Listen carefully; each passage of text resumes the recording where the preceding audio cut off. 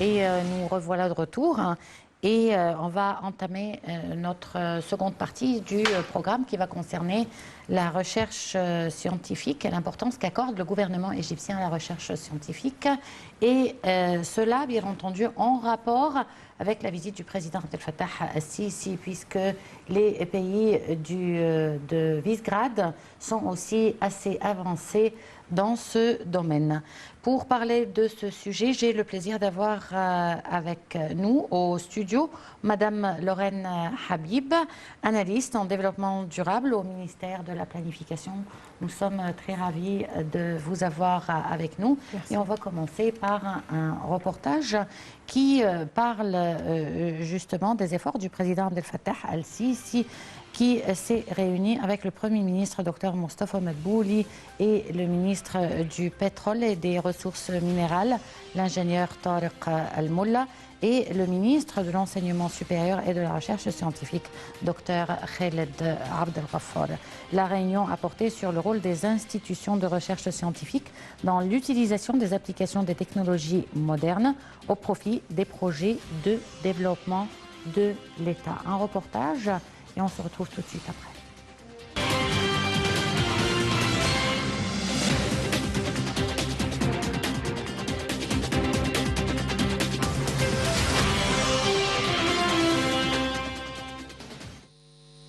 Le président Abdel Fattah el-Sisi s'est réuni avec le Premier ministre Dr Moustapha Madbouli, le ministre du pétrole et des ressources minérales, l'ingénieur Tariq Al-Molla, et le ministre de l'enseignement supérieur et de la recherche scientifique, Dr Khaled Abdel Ghaffar. La réunion a porté sur le rôle des institutions de recherche scientifique dans l'utilisation des applications des technologies modernes au profit des projets de développement de l'État. Dans ce contexte, le président al-Sisi a dirigé d'augmenter la taille des contributions du système de recherche scientifique, enfin du processus de développement global du pays, en plus d'augmenter les allocations de soutien dans ce cadre afin de développer les secteurs de l'État et de formuler des solutions scientifiques pour divers défis et problèmes. De sa part, le ministre de l'Enseignement supérieur a présenté le rôle des centres et des instituts de recherche en ce qui concerne les plans de développement au niveau de l'État, comptant 11 centres de recherche, ainsi que plus de 300 centres et unités de recherche affiliés aux ministères et organismes, en plus de certaines entreprises et usines. D'ailleurs, le ministre du Pétrole a passé en revue les mesures d'approvisionnement des industries pétrolières et nationales en études, des recherches scientifiques, des conseils, des services analytiques et techniques et de la formation des cadres dans diverses activités dans les secteurs du pétrole et du gaz naturel, tels que la coopération avec le champ de Zohr, les diverses plateformes pétrolières maritimes, la compagnie holding des produits chimiques, la compagnie pétrolière de Misr et d'autres.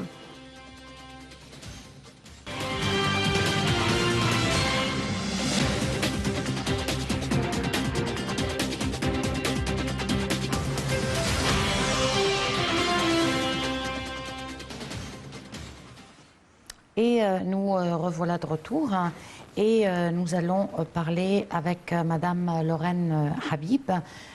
Tout d'abord du rôle du ministère de la Planification dans la prise de décision concernant les projets de développement qui se tiennent en Égypte. Comment est-ce que cela se fait ? En fait, le ministère de Planification et Développement économique est le ministère responsable de tout ce qui concerne les plans à longue durée ou bien à courte durée et les plans de 5 ans par exemple, comme par exemple le programme du gouvernement. Et ensuite, cela a comme indication sur le progrès en développement et comment on a des objectifs spécifiques afin d'atteindre bien sûr le grand objectif qui est les ODD et l'agenda 2030 des Nations Unies. Et donc, il existe beaucoup de plans nationaux que le ministère est responsable de la mise en œuvre de ces plans, mais spécialement la vision d'Égypte 2030 qui est maintenant, il existe une mise en œuvre de ce plan et il existe des changements qui peuvent se faire certainement après la crise de Covid et les changements dans l'économie et la scène économique en Égypte après 2018 et après 2016 exactement, avec la réforme économique et tout cela. Alors, cela a changé les objectifs de développement durable en Égypte. Mais bien sûr, la recherche scientifique est un des plus importants aspects et objectifs stratégiques que cette vision s'intéresse à développer et à intégrer dans le trajet de développement en général de l'Égypte. Mais qui décide de ces objectifs? Le ministère de la Planification et du Développement économique est le seul bras qui décide de cela? Bien sûr que non. C'est un travail conjoint entre tous les ministères et tous les entités nationales de l'Égypte, pas justement les ministères, il y a aussi plusieurs entités nationales.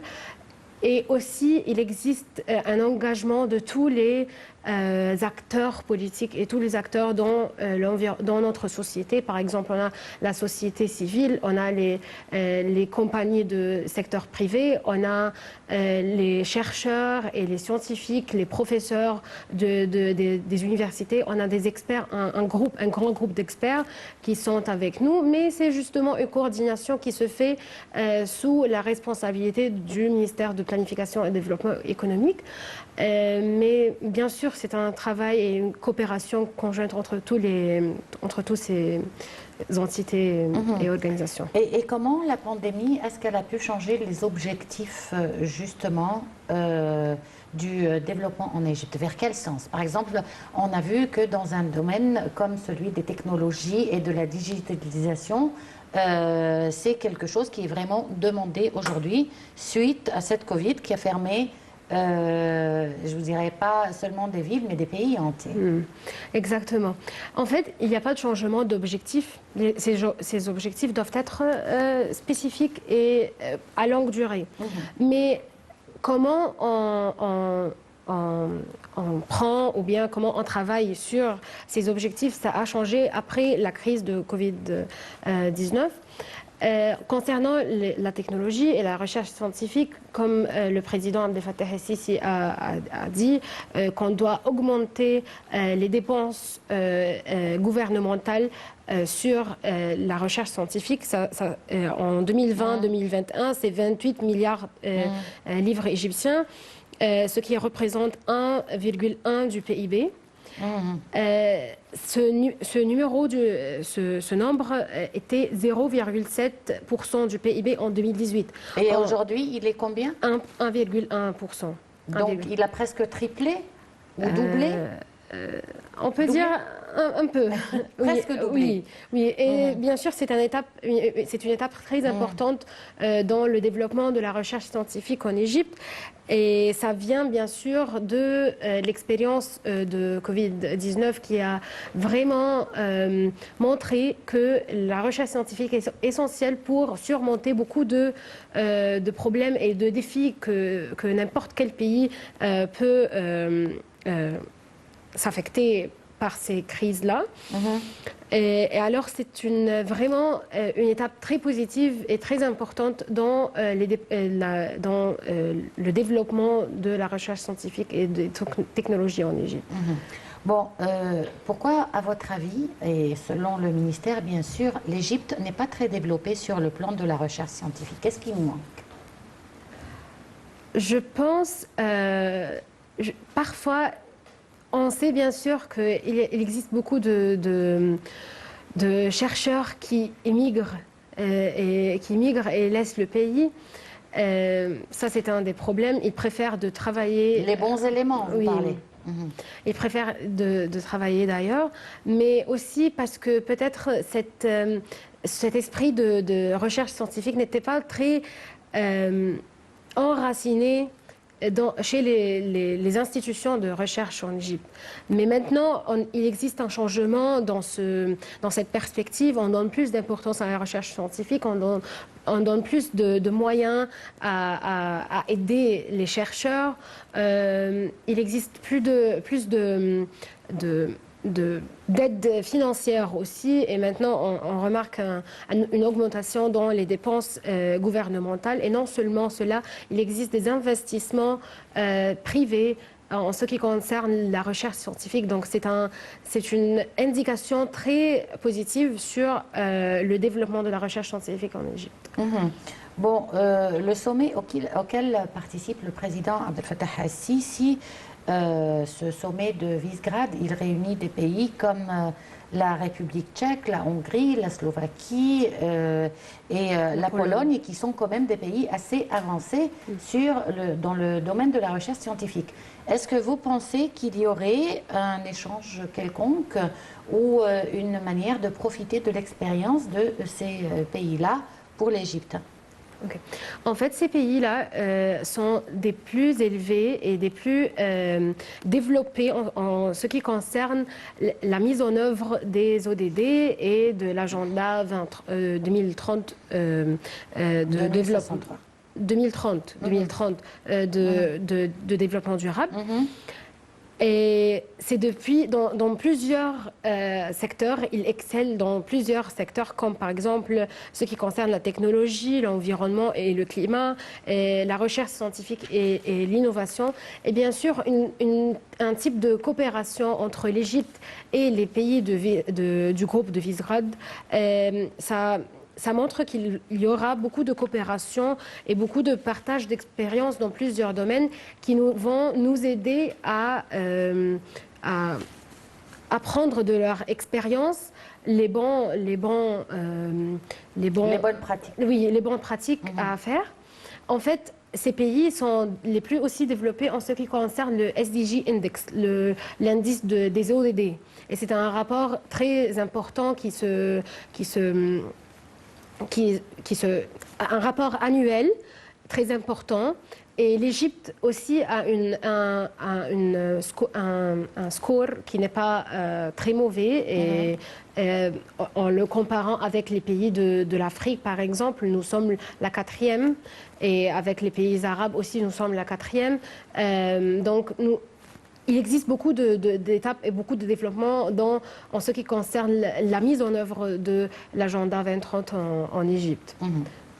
Madame Lorraine Habib, c'était un plaisir de vous avoir avec nous aujourd'hui, mais le temps a filé très vite aujourd'hui. Donc je vous remercie d'avoir répondu à notre invitation. Merci. Et donc on va vous laisser avec ce reportage où le lancement du projet de développement national en Égypte a coïncidé avec le lancement du plan de développement durable 2030 et de l'agenda de l'Afrique 2063.